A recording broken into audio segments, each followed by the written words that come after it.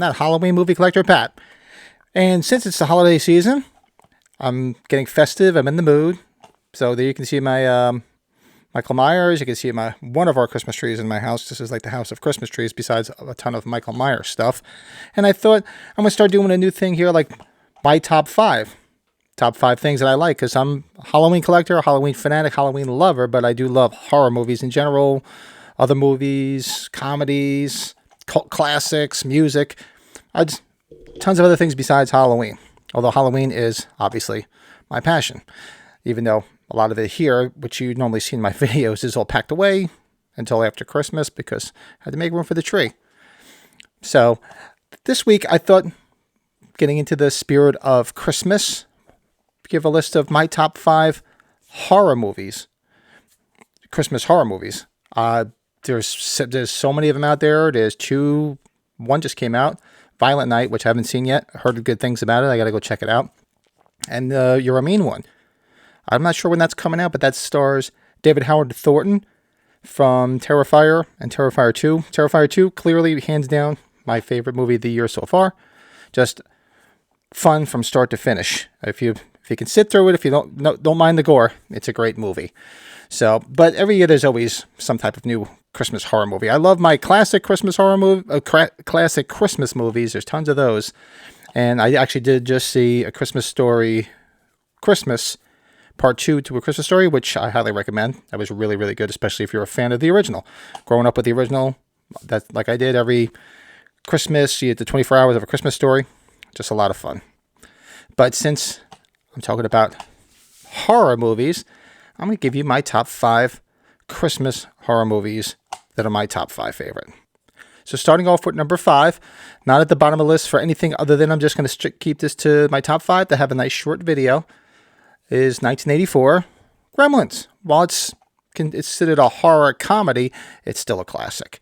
And if you haven't seen Gremlins, of course, I'll talk about it a little bit and spoil it a little bit, but I'm hoping if you're of my age group or you follow my channel, you're a horror fan, you've seen Gremlins and the other sequels to Gremlins. But the first one was hands down the best. The father goes to Chinatown, convinces the old Chinaman to sell him a mogwai, and with specific instructions.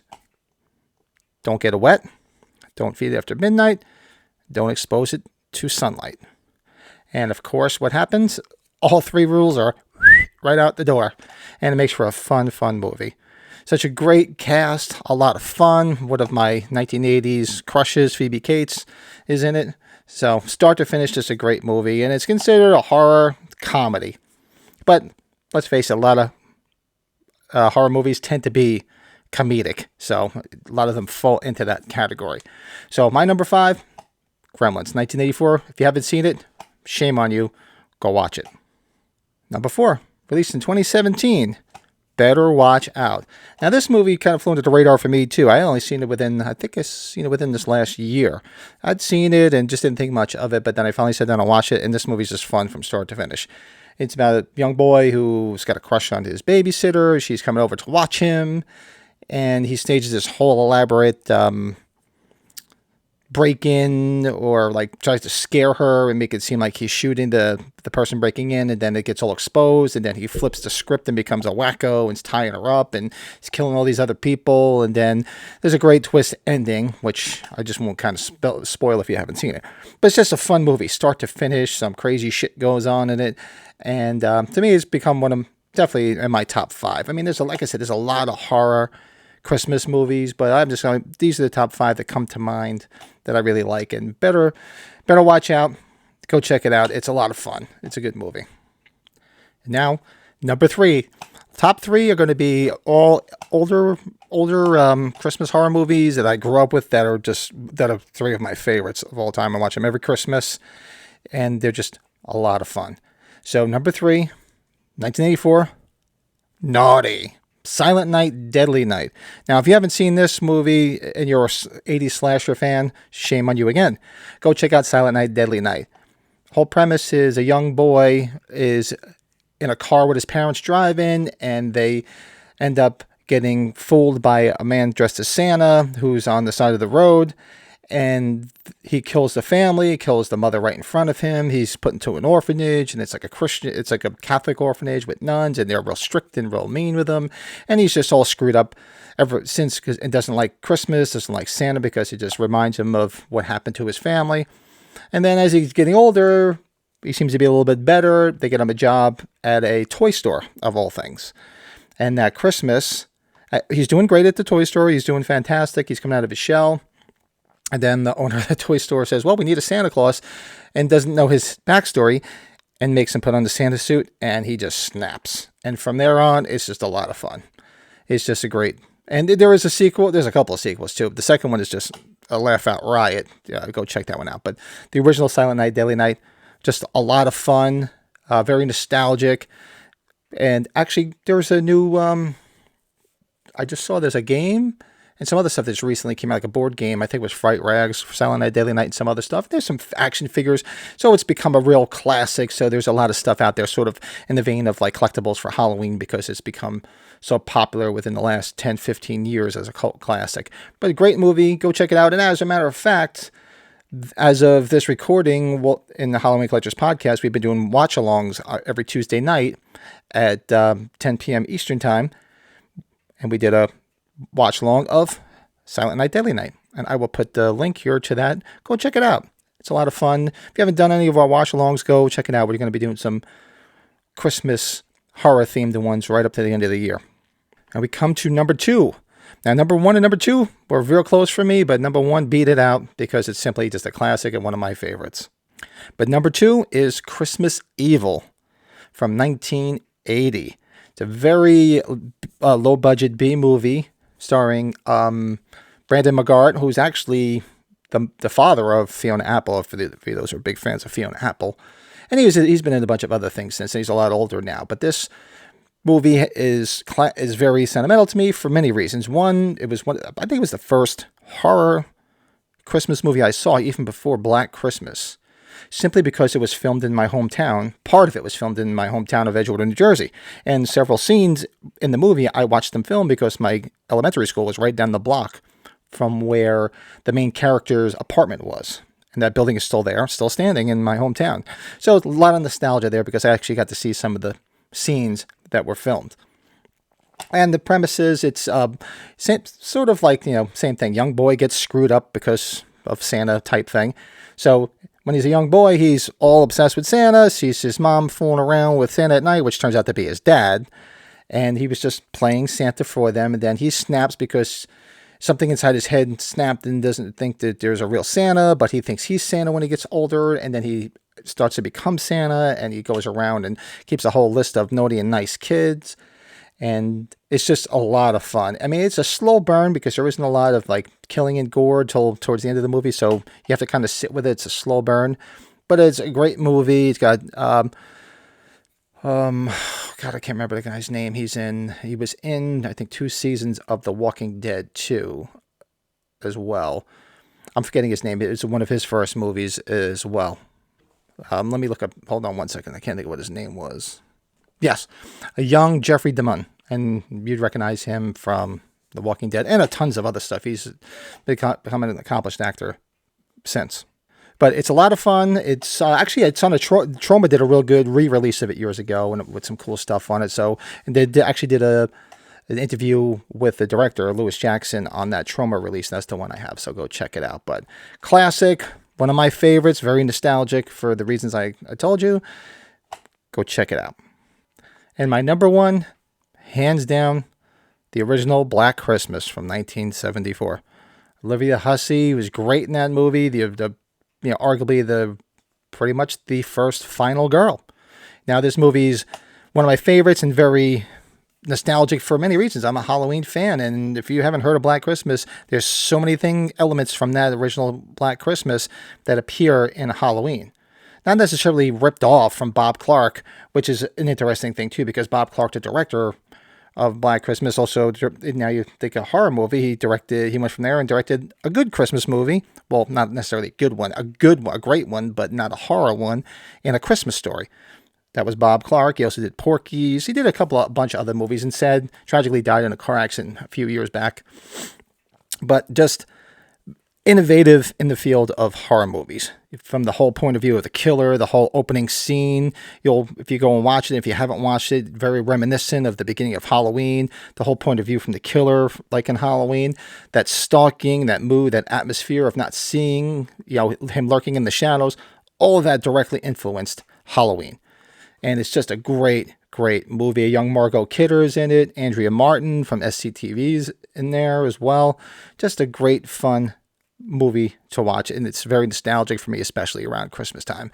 So, same thing. We've already done that in our watch along for the Halloween Collectors podcast, and I will throw a link up here. Go check out our watch along of Black Christmas.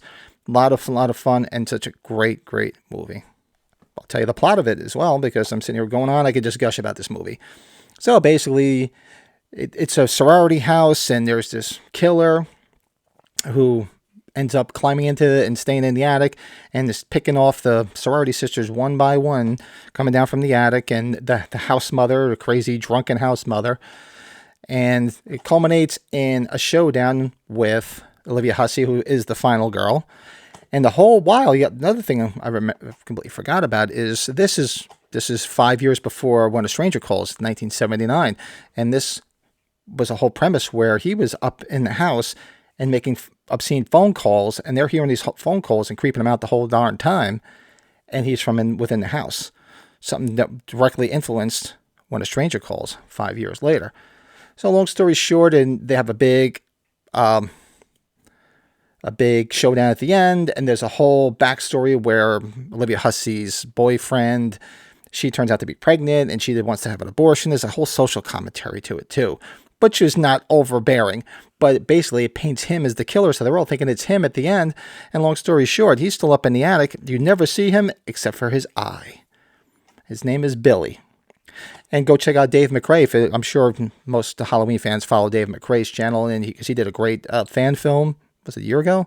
It's Me, Billy, and next year he's launching It's Me, Billy Chapter 2, where he did a direct sequel, because Black Christmas never had a sequel, so you never really know anything more about him. You never saw the killer. You only saw his eye and his silhouette. And so, for all intents and purposes, he's still alive and he's still out there. So that's the creepiest part. It's great because they never found him. So, but it has been redone twice. I think, 2006? They did one. And then they did another one in 2019, which is complete and utter garbage. 2006 one wasn't so bad. The remake was a fun watch. Go check it out. It's not as good as the original, of course, but the 2019 Blumhouse one is a complete garbage. Just don't even waste your time. But that's my number one, Black Christmas. Go see it if you haven't seen it. Shame on you. It's a great movie. So going forward, I'm going to probably start dropping in some more top fives here and there. If you guys have any suggestions, let me know. Hit the comments down below. Hit that like button. Let me know your favorite Christmas slasher movies. Ones I didn't have in my top five. I'd like to hear them.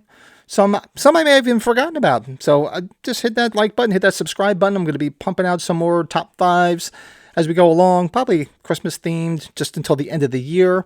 There's going to be some other great stuff coming, like year-end reviews of all the new Halloween stuff that we got on onslaught of this year, which I'll be doing with my good friend Chicago Boogeyman from Instagram, Brian. He's going to be joining me on my year-end review. And there'll be a few more before the end of the year. Make sure you go check out the Halloween Collectors podcast, which we do every Sunday night at 8 p.m. We will have 2 rescheduled dates because this year, Christmas and New Year's Eve fall on Sundays. And that's usually when we have our podcast. So we'll be doing them 2 Fridays in a row. But all that is going to be, if you follow that channel, you follow this channel, you'll hear those dates. They're going to just be rescheduled for the 2 Fridays before. So it should be a lot of fun. So go check out the Halloween Collectors podcast every Sunday, 8 p.m. over on the Michael's Horror and Pinball channel. Just a lot of fun. If you want to see or follow anything in my collection, go to my Instagram page at that Halloween movie collector. Everything's there. Comment. Let me know if there's anything you want to see collectible spotlights on. If you're a collector, just hit me up. You want to come on, we'll do one together. I'd love to see your Halloween collection or even any horror collection. It would just be fun. Just a lot of fun. Also, I have the Halloween and Michael Myers Collectors Group over on Facebook. Go check it out. A lot of great group of people in there. All Halloween information. Buy, sell, trade. Just great group of people. I'm also on the Twitter world at that Halloween movie collector on Twitter. Go check that out. You got to have a presence everywhere these days for people to see you. There's also a Halloween Collectors podcast Twitter page as well. Go check that out. In Facebook, there's a Halloween Collectors group for the podcast. Hit us up in there. We'll be doing some polls. Let us know the kind of things you want to see. And just give us some ideas on some fun stuff to do. All media onslaught. You have to have a presence everywhere for people to find you.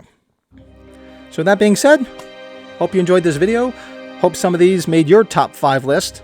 Let me know some of yours down below. Make sure you hit that like button, hit that subscribe, hit the notifications. There'll be a few more videos coming out before the end of the year.